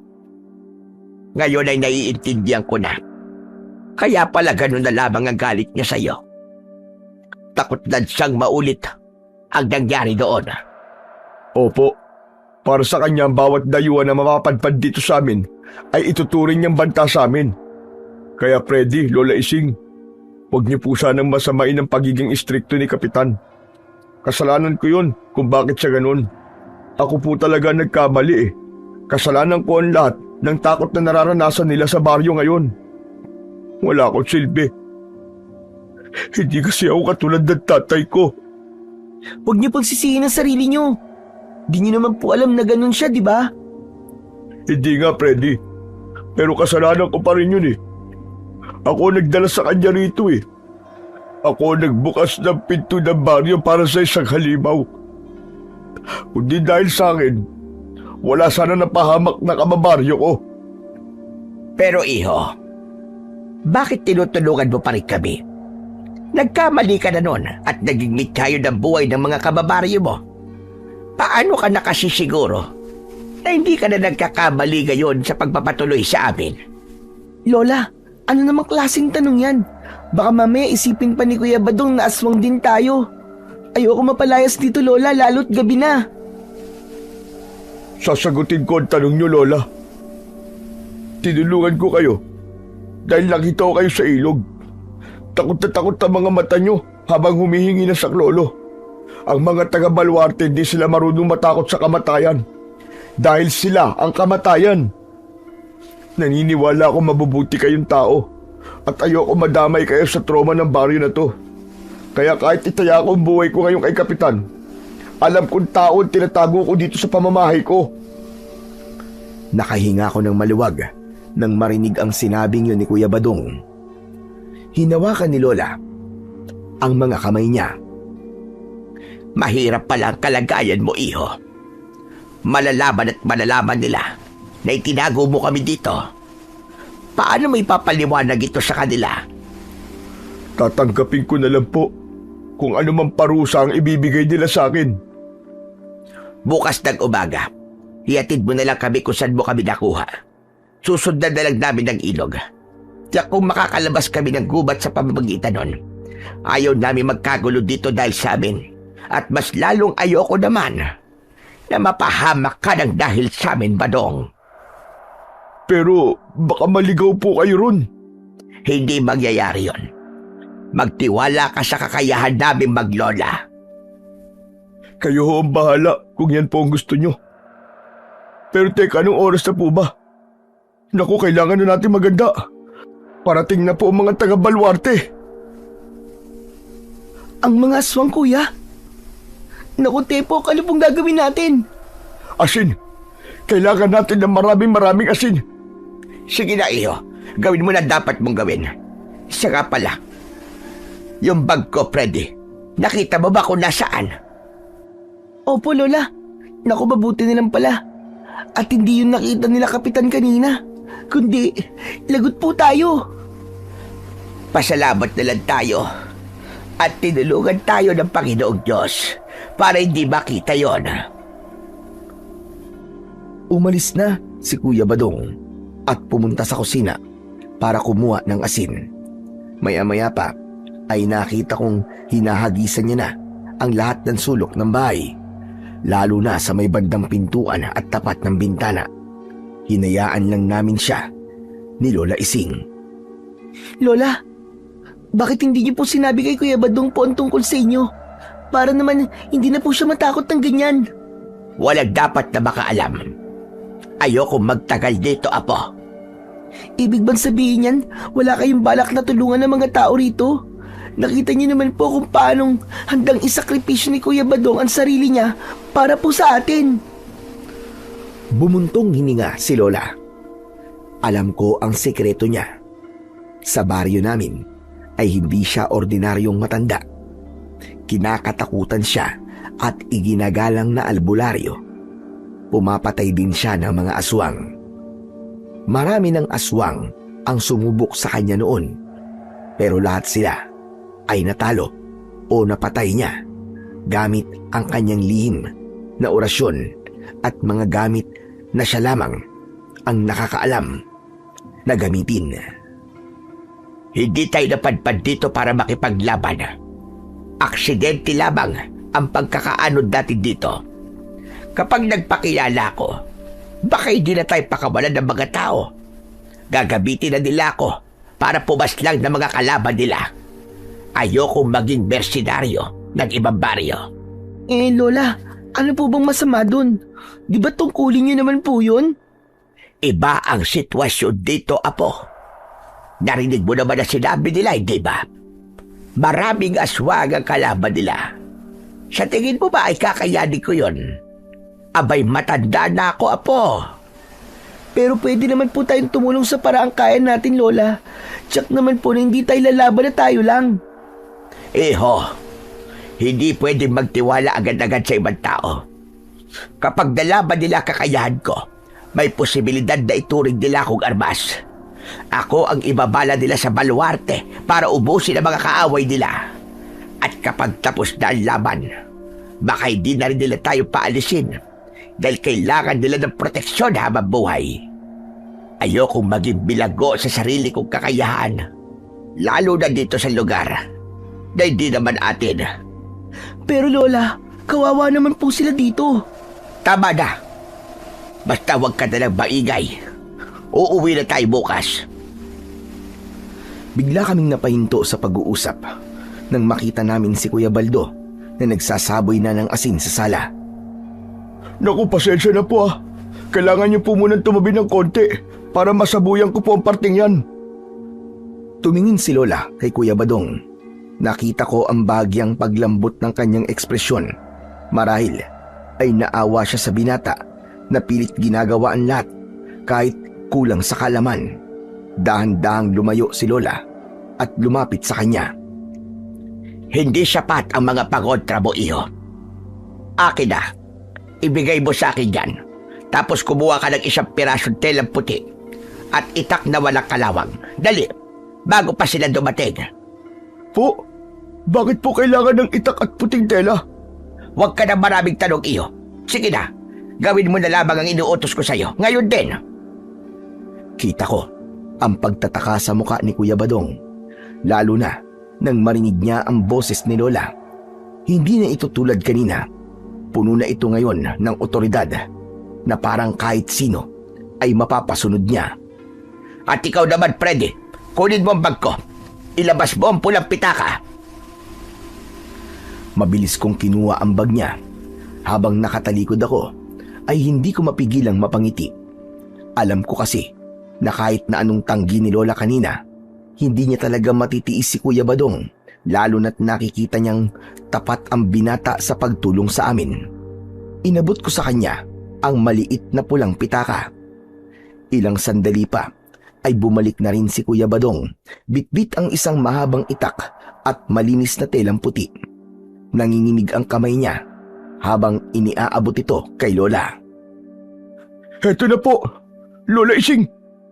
Binuksan ni Lola ang pulang pitaka. May inilabas siyang isang tuyong ugat ng halaman na kulay itim at isang maliit na botelya na may lamang mapulang likido. Kinuha niya ang itak. Ibinalot niya ng puting tela ang hawakan nito at pinahiran ng pulang likido ang talim ng itak habang bumubulong ng isang orasyon. Maya-maya lang ay bigla akong natigilan. May narinig akong mga alulong. Lola, Nararamdaman ko po na naghahanda na sila. Papunta na po ang mga aswang dito. O sige, maganda na tayo. Badong, hawakan mo ang itak na ito. Kapag sumalakay sila, ito ang gamitin mo sa data. Sandali, ano po sandata? Bakit po? Lola Ising, hindi ko po kailangan ng sandata. Ang kailangan ko lang po ay ang maitaboy sila. Itaboy, at sa palagay mo, yun na ang solusyon nyo sa pagsalakay ng mga aswang dito? Ang itaboy lang sila para bukas o sa susunod na kamilugan ng buwan ay bumalik na naman sila at muling magasik ng lagim ng paulit-ulit. Yun lang bang gagawin nyo? Pero, hindi ko po kaya lumaban, natatakot po ako. Tsaka, matagal na pong ganito ang ginagawa ko eh. Nagtatago, naglalagay ng asin. Naghihintay lang po na lumipas ang gabi. Badong, ang takot mo ang nakakapagpahina sa'yo. Kung gusto mo mabuhay ng normal, pagkatapos ng gabing ito, kailangan mong itigil ang pag-iisip na ikaw ay isang talunang anak ng albularyo. Lola Ising, sino po ba talaga kayo? Hindi na nakasagot si Lola dahil biglang umalingaw-ngaw ang nakakakilabot na alulong ng mga aso sa buong baryo. Narinig ko, may mga nagsisigawang tao, may mga umiiyak, takot na takot silang lahat. Bata, matanda. Narinig ko ang malalakas na kalampag ng mga bubong, tapos may humihingi ng saklolo. Bawat hiyawan na naririnig namin ay parang sumpa na tumatagos sa isip ko. Napatakip ako ng tenga habang nakayuko sa sahig. Hirap na hirap ako, lalo na at iniisip kong bawat sigaw na naririnig ko ay isang buhay ang nawawala. Lola, kawawa naman po sila. Huwag kang maingay, Apo. Patuloy na nakiramdam ang dalawa kong kasama. Pero ilang sandali ang lumipas, wala ni isa man sa mga aswang na yon ang lumapit sa kubo ni Kuya Badong. Hindi ako nakatiis. Sa gitna ng takot ay mas nanaig ang kuryosidad ko. Dahan-dahan akong tumayo at lumapit sa may bintana. Sumilip ako ng bahagya sa maliit na siwang. May isang nilalang na nakatayo mismo sa bakuran. Ilang metro lang ang layo mula sa amin. Anyong tao siya, pero baluktot ang kanyang likod. May mahaba rin siyang kuko. May mga pangil at mapupula ang kanyang mga mata. Totoong aswang ang nakita ko. Nakatitig lang siya sa kubo at hindi siya gumagalaw. Freddy, lumayo ka dyan, Apo! Mabilis niya akong hinila palayo sa bintana. Lola, may aswang po sa labas. Nakatingin lang po siya. Para pong nanunubok. Talaga ba? Oo, kuya. Tignan mo. Bahagyang lumapit si Kuya Badong sa may bintana. Pero hindi na siya sumilip. Bigla siyang napalingon kay Lola. Nagtatanong ang kanyang mga titig. Bakit po hindi ako sinasalakay ngayon ng mga aswang? Dahil alam niya na may mas matapang na nilalang sa loob ng bahay na to kesa sa kanila. Ano ho? Mas matapang? Sino po? Ako ba? Kanina pa nga ako nanginginig sa nervyos eh. Napatingin si Lola sa akin. Pagkatapos ay muling bumaling kay Kuya Badong. Hindi ikaw ang kinatatakutan nila. Kung ganun po ay sino? Saglit siyang nagpalipat-lipat ng tingin sa amin ni Lola. Baka sa mukha niya ang matinding kalituhan. Biglang naging matigas ang kanyang anyo at dahan-dahang itinaas ang itak. Ikaw? Bakit? Bakit sila takot sa'yo? Huwag mo sabihin. Nagulat ako nang makita kong itinutok niya ang hawak na itak kay Lola. Teka, sandali lang, kuya. Ano ginagawa mo? Ibaba mo yan. At bakit kayo bababa? Siguro, kaya walang lumalapit na aswang dito. Ay isa rin kayo sa kanila. Hindi. Pabira naman yan, oo. Ano na naman ba itong ginawa ko? Huminahog ka, Badong. Ibababoy ang armas mo. Kung aswang ako, kanina ka pa sana namin ginawang hapunan. At kung aswang ako, bakit naman kita tuturuan maglagay ng pangontra? Sige nga. Dahil baka nililito mo lang ako. Sino ba talaga kayo? Isa kong albularyo na tulad ng tatay mo. At hindi lang isang ordinaryong albularyo. Tulad ng tatay mo. Pumapatay din ako ng mga aswang. Nanlaki ang mga mata ni Badong. Dahan-dahan niyang ibinaba ang itak. Tapos ay biglang napayuko. Parang biglang nahiya. Pero mabilis din siyang muling tumingin kay Lola Ising. Katulad po kayo ni tatay. Kung ganun kaya mo sila labanan, kaya nyo kaming iligtas sa mga taga-Baluarte. Naku, salamat sa Panginoon. At napadpad kayo dito. Sa wakas, may lalaban na para sa amin. Huwag ka magpasalamat. Dahil hindi ko gagawin yan. Po, pero bakit po? Ito talagang iniiwasan ko mangyari. Kaya hindi ko kagad sinabi ang totoo. Badong, hindi ko kayo matutulungan sa paraang gusto mo. Una, matanda na ako. Hindi ko na kayang tumapos ng napakaraming aswang sa iisang labanan. Kayo ang dapat na lumaban. Ano ho, kami? Hindi namin kaya, Lola. Ikaw ang may kakayahan. Tulungan niyo ho kami. Makinig ka. Kapag pinatay ko ang ilan sa mga aswang na yan ngayon, bukas ay aasa na naman kayo sa akin. Paano kapag wala na ako? Paano kapag nakaalis na kami rito? Kayo ang dapat na matutong magtanggol sa sarili niyong baryo. Hindi pwedeng habang buhay ay matatakot kayo at aasa na lamang sa ibang tao. Hinawakan ni Lola ang balikat ni Kuya Badong habang tinititigan ito ng diretso sa mga mata. Ang kapangyarihan ng tatay mo ay nasa iyo, Badong. Dugo niya ang nananalaytay sa mga ugat mo. Tutulungan kitang mailabas kung sino ka talaga at kung ano ang kaya mong gawin. Pero ito ang tandaan mo. Ikaw ang lalaban. Hindi ako ang magiging bayani rito, kundi ikaw. Tumitig si Kuya Badong kay Lola. Tila unti-unting tinatanggap ang hamon. Meron ba naiwang mga anting-anting o kahit na anong gamit ang tatay mo rito? Opo, meron.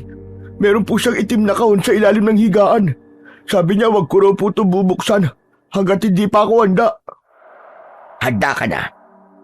Ito na ang oras para yakapin mo ang iniwan tungkulin ng iyong ama. Hala, sige. Kunin mo yon ngayon din. Mabilis na kumilos si Kuya Badong. Pagbalik niya, hawak na niya ang isang lumang kahon na gawa sa kahoy. Nang buksan niya ito, tumambad ang isang medalyon na tanso na may nakaukit na kakaibang letra at isang maliit na panyo na may nakasulat na orasyon. Kinuha ni Lola ang medalyon at isinuot ito sa leeg ni Kuya Badong. Inilagay niya ang kanyang palad sa balikat nito at pumikit. Narinig ko ang mabilis at mahihinang bulong ni Lola. Sa palagay ko ay umuusal siya ng isang orasyon. Ano, Badong? Nararamdaman mo na ba ang kuryente? Opo, Lola. Parang may kuryente nga gumagapang sa kaloob-looban ng katawan ko. Tama. Ganyan nga ang dapat mo maramdaman. Dahil nagiging isa na kayo ng medalyon. Tinanggap mo na ang kapangyarihan. Ngayon ay lumabas ka at harapin mo ang mga aswang na nasa labas. Huwag kang matakot sa kanila. Gamitin mo ang galing mo sa pangangaso. Isipin mo na ang mga aswang na yan ay mga hayop lang na kailangan mong mahuli o mapatay. Dahil sa motibasyon ni Lola, nakita ko ang pagbabago sa muka ni Kuya Badong. Naging mas matapang ito. Makaraan ng ilang sandali, hinawakan niya ng maigpit ang itak at hindi nagdalawang isip na lumabas at lumaban. Talaga bang kaya niya, Lola? Oo naman. Malakas siya at matalino. Kaya niya yan. Sandali, bakit po kayo tumatawa? Wala bang bisa yung orasyon niyo? Yung medalyon? Naku, Lola, baka mapahamak po siya. Huminahon ka nga, Frede. Kailangan natin magtiwala sa kanya para pagkatiwalaan din niya ang kanyang sarili. Mabilis akong pumunta sa may bintana. Ibinukas ko yun para mapanood ang ginagawang pakikipaglaban ni Kuya Badong sa mga aswang. Sakto naman pagbukas ko ng bintana ay nakita kong umatake ang aswang gamit ang matutulis niyang kuko. Pero mabilis na nakailag si Kuya Badong at nang muling sumunggab ang kalabang aswang, sinalubong niya ito ng isang malakas na sipa sa dibdib na nagpatalsik sa nilalang. Yun! Ang galing mo, Kuya Badong! Isa pa! Napatingin siya sa akin at ngumiti. Itinaas niya ang hawak na itak bago muling hinarap ang aswang. Bago pa man makabangon ito, agad niya na itong nilapitan at itinarak ang itak sa mismong dibdib nito. Umalingaw-ngaw ang malakas na sigaw ng aswang sa paligid. Hindi tumigil si Badong hanggat nakikita niyang humihinga pa ang kalaban. Halos gumapang na ang aswang sa labis na paghihirap. At sa huli, unti-unti itong nalagutan ng hininga. Ngunit hindi pa doon natatapos ang laban. Matapos mapatay ang aswang, ay naglabasan ang iba pang aswang. 4 yun, at dahan-dahan siyang pinaligiran. Ngunit sa halip na matakot, ay mas lalo siyang nanggigil. Mas hinigpitan niya ang pagkakahawak sa kanyang sandatang itak. Inisip niya ang bawat pangangaso niya sa gubat. Ang unang aswang ay sumugod mula sa likuran, pero tila may mata sa likod si Kuya Badong. Umikot siya at iwinasiwas ang itak. Saktong tumama ito sa liig ng nilalang. Natigpas ang ulo nito at gumulong sa lupa. Kasunod nito, ang 2 pang aswang ay sabay na lumundag patungo sa kanya. Ginamit naman niya ang bilis. Lumusot siya sa ilalim ng isa at sinaksak naman ang nahuli pagkababa nito sa lupa. Tignan mo, Lola! Ang galing niyang makipaglaban! Astig! Sabi ko naman sa'yo, hindi ba? Samantala, nagpatuloy ang labanan. Sa loob ng ilang minuto, ay natalo na din niya at napatay ang 3 aswang. Ngunit ang isang natitira ay mabilis na tumakbo pabalik sa gubat. Humarap si Badong sa amin. Punong-puno ng dugo ang kanyang suot. Eksaktong pagkatapos ng bakbakan, narinig namin ang mga papalapit na yabag. Nakita namin ang grupo ni na Kapitan na armado ng mga itak at sibat.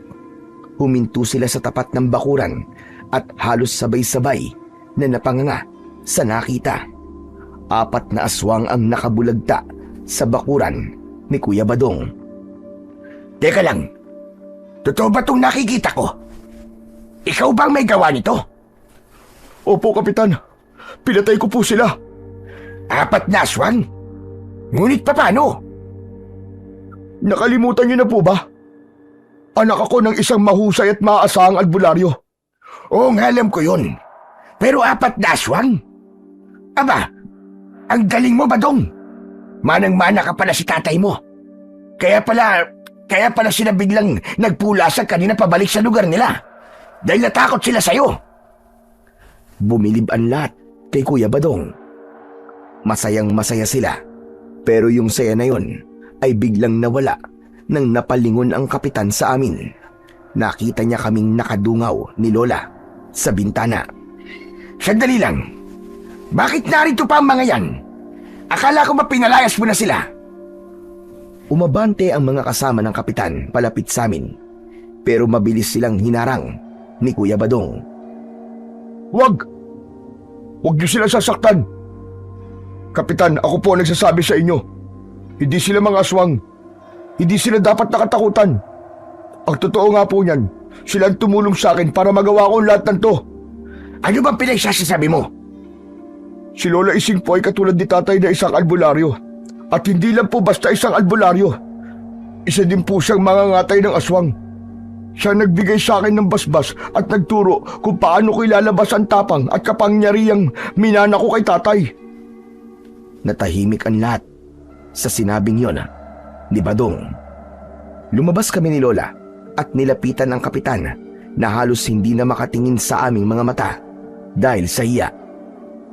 Pasensya na ho kayo sa mga nasabi ko. Akala ko lang po talaga ay nagpapanggap lang kayo para puksain ho kami. Patawarin niyo ho ako. Naiintindihan kita, Kapitan. Sinabi na sa akin ni Batong ang dahilan kung bakit ganyan kakaimbit at kung anong mga pinagdaanan niyo noon. Kaya hindi masama ang loob ko sa iyo. Wala kang dapat ihingi ng tawad dahil ginagawa mo lang ang trabaho mo para protektahan ng mga tao rito. Iniabot ni Lola ang kanyang kamay sa kapitan at nagkamay sila. Salamat po, Lola. Pero ngayong alam ko na ang kakayahan ninyo, hihingin ko po ang tulong ninyo. Kami man po ay nagsasawa na sa panggugulot pamimerwisyo nila sa amin. Gusto ko na pong tapusin ang kanilang kasamaan. Anong ibig mo't sabihin, Kapitan? Lola Ising, hindi pwedeng ganito na lang kami palagi. Na sa tuwing sasapit ang kabilugan ng buwan, ay mamumuhay na lang kami sa takot. Oo, may mga napatay si Badong. Pero alam ko, marami pa sila sa baluarte. Babalik at babalik sila para magiganti at pumatay ng mas marami pa sa amin. Kung gano'n, Kapitan, ano ang gusto ninyong mangyari? Kung kakayanin po, gusto sana namin sumugod sa baluarte. Gusto naming tapusan na ito ng minsanan. Kakayanin ho ba namin? Matutulungan niyo ho ba kami? Depende yon kung matatapatan natin ang dami nila. Malaki ang pag-asa nating manalo kung sakali mang sugurin natin sila sa kanilang teritoryo. Teka po, Lola. Pumapayag na po kayo makipaglaban sa mga aswang? Akala ko po ba ayaw niyong maging mersenaryo at ayaw niyo pong gamitin lang kayo ng ibang tao? Makinig ka, Apo. Iba ang usapan kanina. Hindi ko talaga gustong tumulong kung aasalan sila sa akin at hihintayin lang ako na magpakabayani. Ngunit ngayon sila na mismong nagsasabi na gusto nilang lumaban para sa kanilang sarili at para sa kaligtasan ng baryo nila. Doon ako pwedeng pumasok at tumulong. Kapitan, gusto ko lang ipaalala sa iyo na hindi laro ang papasukin natin ito. Sa oras na pumasok tayo sa baluarte ng mga aswang, ay wala nang atrasan. Patay kung patay. Handa ako, Lola Ising, at nakahanda rin ang mga kasama ko.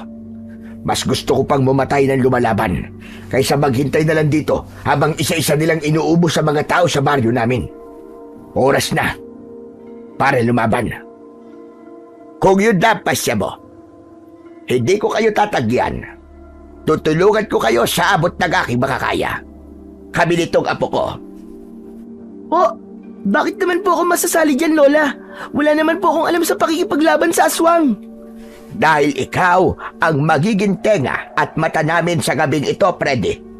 Po, ano pong ibig niyong sabihin na ako magiging mata at tenga niyo? Makinig kang mabuti, Freddy, iho. Hindi mo ba napapansin? Mas malakas ang pandinig mo kaysa sa amin. Naririnig mo ang kaluskos ng mga aswang kahit malayo pa ang distansya nila. At malakas ang pakiramdam mo kumpara sa mga ordinaryong tao. Maging ang mga mata mo ay mas malinaw sa dilim kaysa sa kahit na sinong normal na tao. Napatulala ako. Lahat ng sinasabi ni Lola ay totoo. Madalas ko rin itong mapansin, pero binabaliwala ko lang. Matagal ko nang alam ang tungkol sa mga kakayahan mong yan, Apo. Pero hinahayaan ko lang at hindi ko sinasabi sa'yo.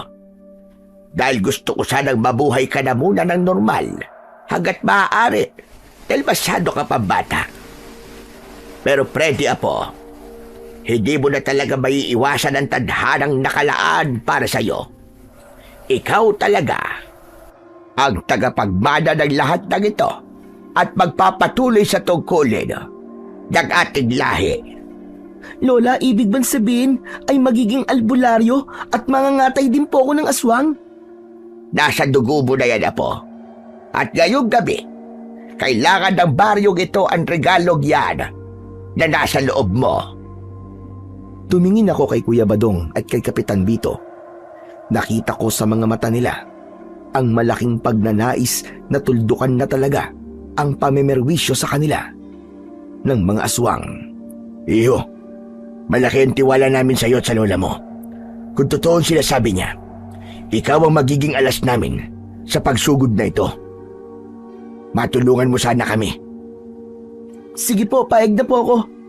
Kung ito po ang kailangan para matapos na ang lahat ng ito, gagawin ko po. Mabuti. Gayon, Kapitan. Tipunin mo na ang mga tao.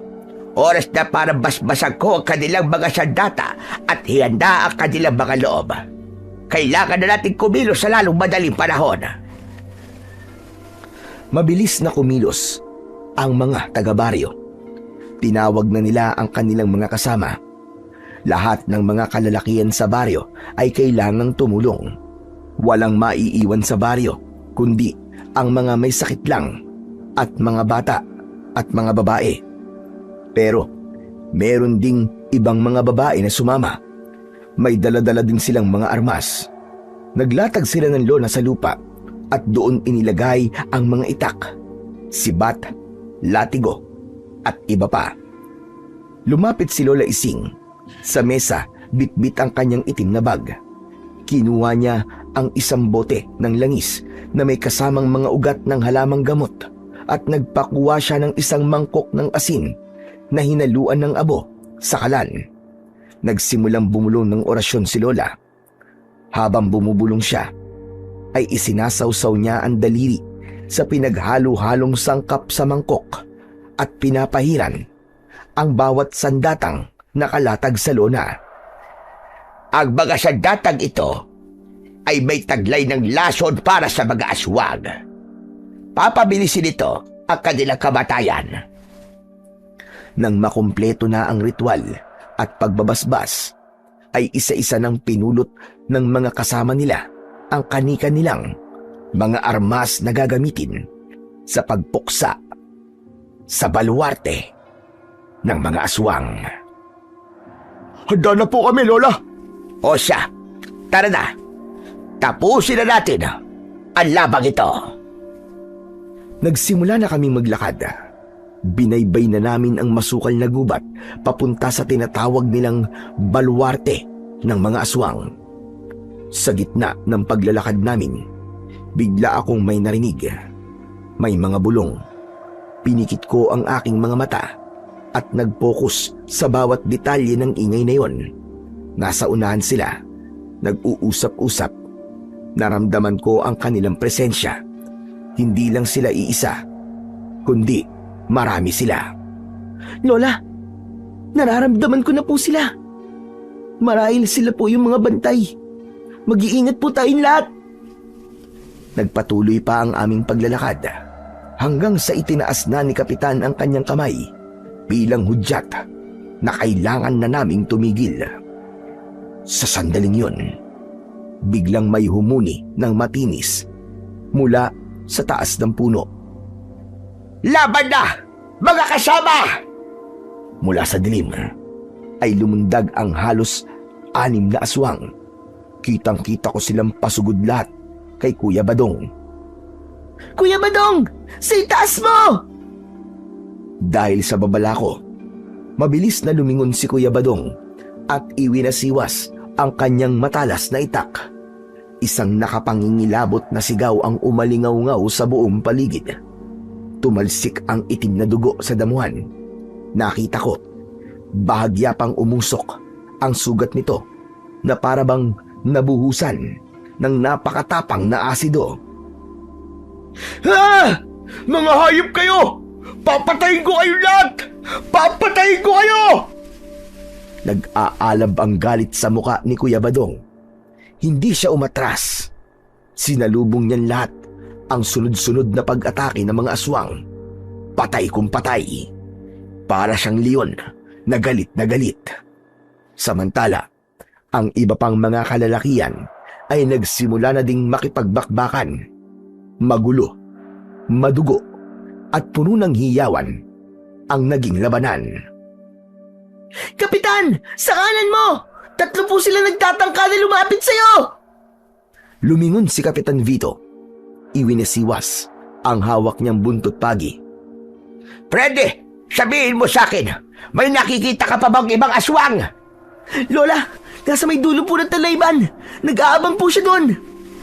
Pagkasabi ko nun, ay may isang dambuhalang nilalang na halos 7 talampakan ng taas at may mga sungay.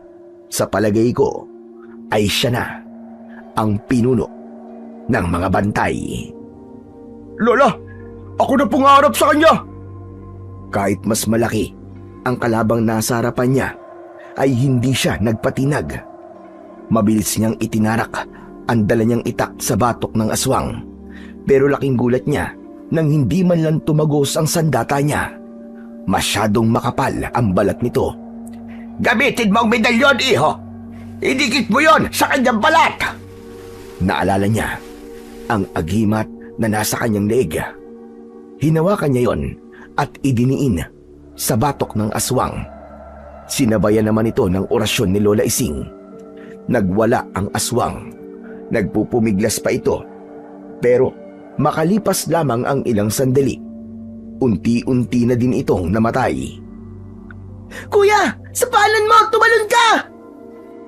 Sa huling segundo, tumalon siya at pagbagsak niya, binaliktad niya ang itak at itinarak ito sa leeg ng gumagapang na aswang.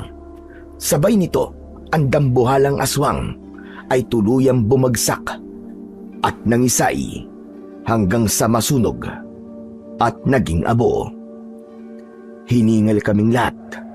Ang paligid ay amoy ng nasusunog na dugo. 5 sa mga aswang ang napatay. Ang iba ay agad na nagsitakas. Magpatuloy tayo. Huwag nating hayaan na makapaghanda pa sila. Bilisan natin!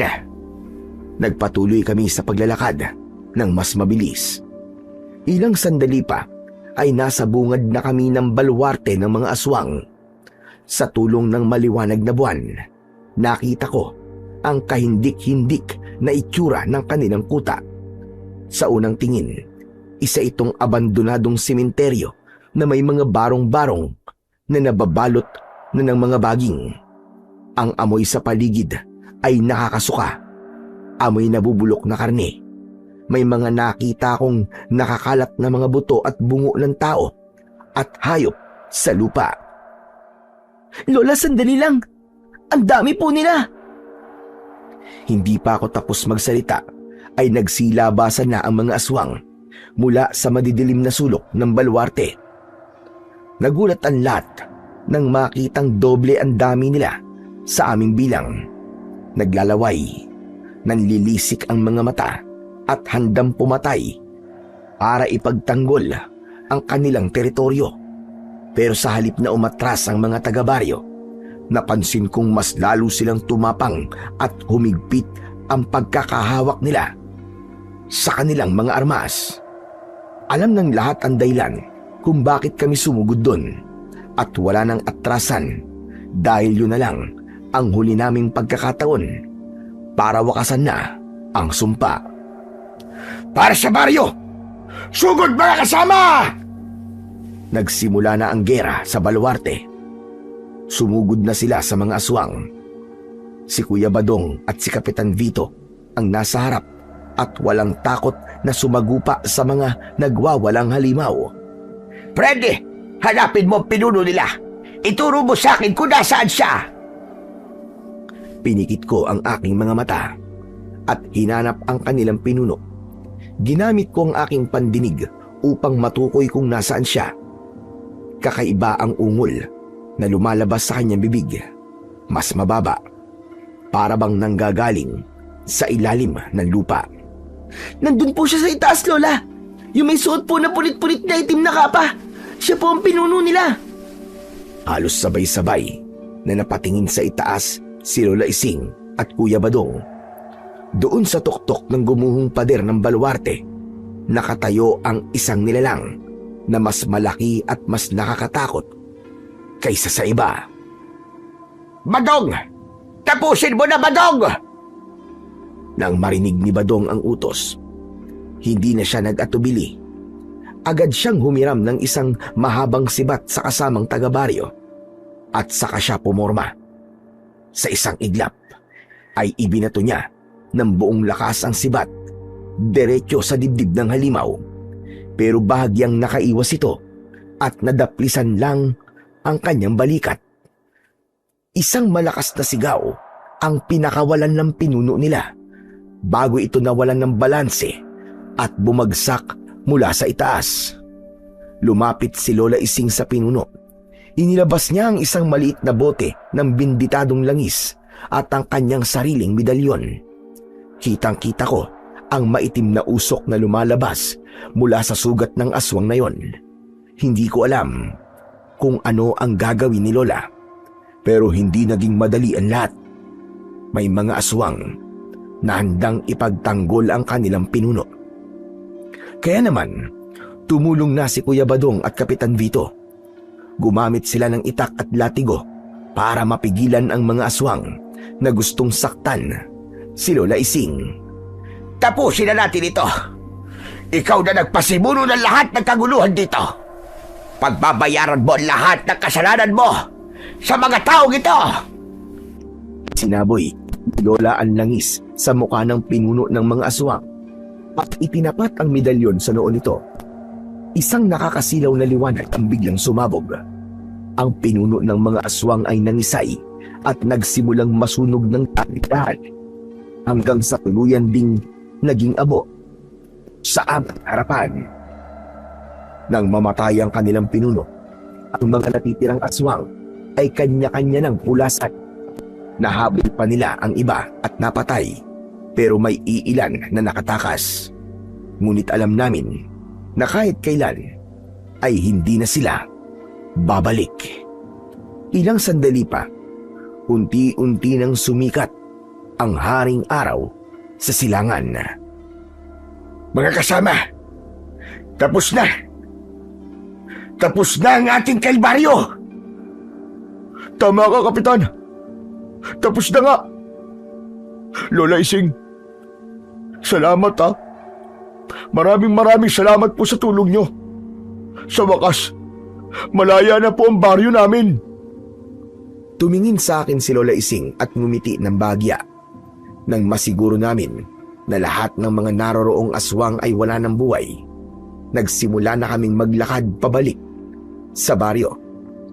At pagdating, agad kaming sinalubong ng mga taga-baryo na naghihintay sa labas. Nagsimula silang magsigawan sa tuwa nang makita kaming paparating. Makinig kayong lahat, mga kababaryo. Ngayong araw na ito ay tapos na ang kalbaryo natin sa mga aswang. Wala na ang mga aswang sa baluarte. Malaya na tayo, mga kasama.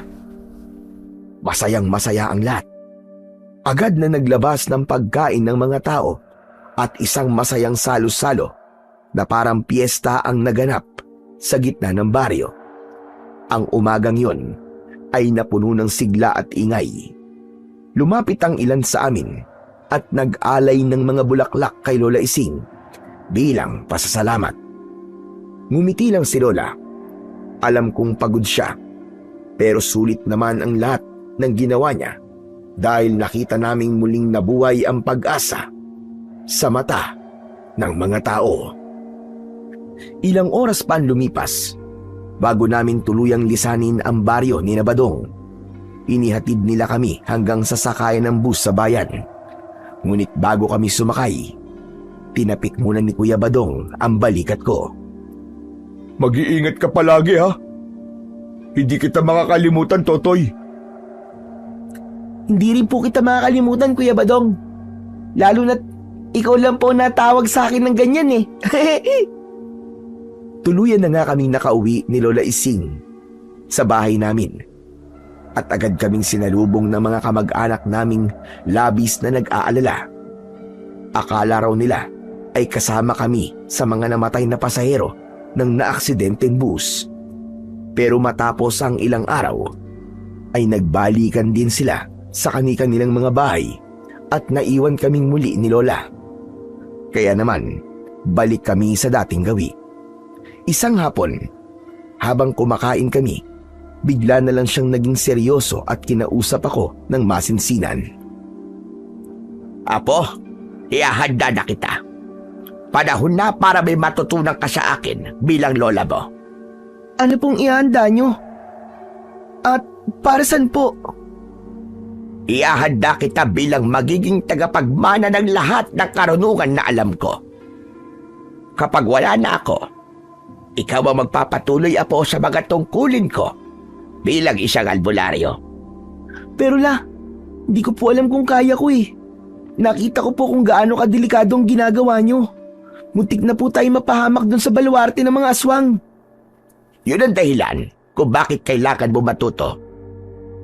Ang takot, Freddy, Apo, ay nawawala kapag meron kang alam. Hindi kita bibigyan ng tungkulin na hindi mo kaya. Ang pandinig at pakiramdam mo, yan ang pundasyon mo.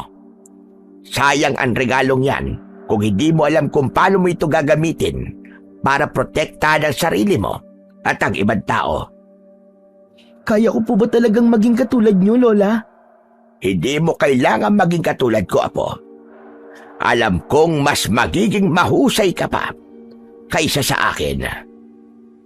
Simula ng araw na yon, nang tanggapin ko ang responsibilidad, doon ko naintindihan na hindi na ako babalik sa dati kong buhay bilang isang normal na bata lang. Tinuro niya sa akin ang lahat ng mga bagay na dapat kong matutunan. Dahil doon ay mas lalo kaming naging malapit ni Lola sa isa't isa. Si Lola Ising ay pumanaw 5 taon matapos ang nangyari sa baluarte. Hindi siya naghirap. Natulog lang siya isang hapon at hindi na nagising. Pero bago siya nawala, kampante siya na alam ko na ang lahat ng dapat kong malaman. Ang huling bilin niya sa akin, huwag kong gagamitin ang kapangyarihan ko para manakit ng kapwa kung hindi ko naman kailangan. Tinandaan ko ang mahalagang bilin niyang yon hanggang sa kasalukuyan. Sa ngayon, Sir Blair, ay nakatira pa rin ako sa baryo namin kasama ang aking pamilya. Ipinagpapatuloy ko ang legasiya ng aking lola bilang isang magaling at mabuting albularyo na nirerespeto sa buong bayan at maging sa mga karatigpok. Hindi man ako naging mayaman sa mga material na bagay, sapat na para sa akin ang pasasalamat ng mga taong natulungan ko. Ang bahay namin ni Lola Ising noon ay nananatiling bukas para sa lahat ng nangangailangan ng tulong. Hanggang dito na lamang po ang aking kwento at sana po ay may natutunan kayong aral. Ang tunay na pagtulong ay hindi sinusukat sa kung ano ang ating matatanggap, kundi sa kabutihang na ibibigay natin ng bukal sa loob. Ang magtiwala ay hindi kahinaan, kundi isang anyo ng pag-asa sa kabutihan ng kapwa. Ngunit hindi rin kasalanan ang mag-ingat. Ang masama ay ang manghusga kagad, ang ipagkait ang malasakit dahil lamang sa takot o pagdududa. Kapag tumulong tayo ng walang hinihinging kapalit at nagbigay ng tiwala na walang pag-iimbot, nagiging daluyan tayo ng liwanag na kayang magpagaling ng sugat na hindi nakikita ng ating mga mata.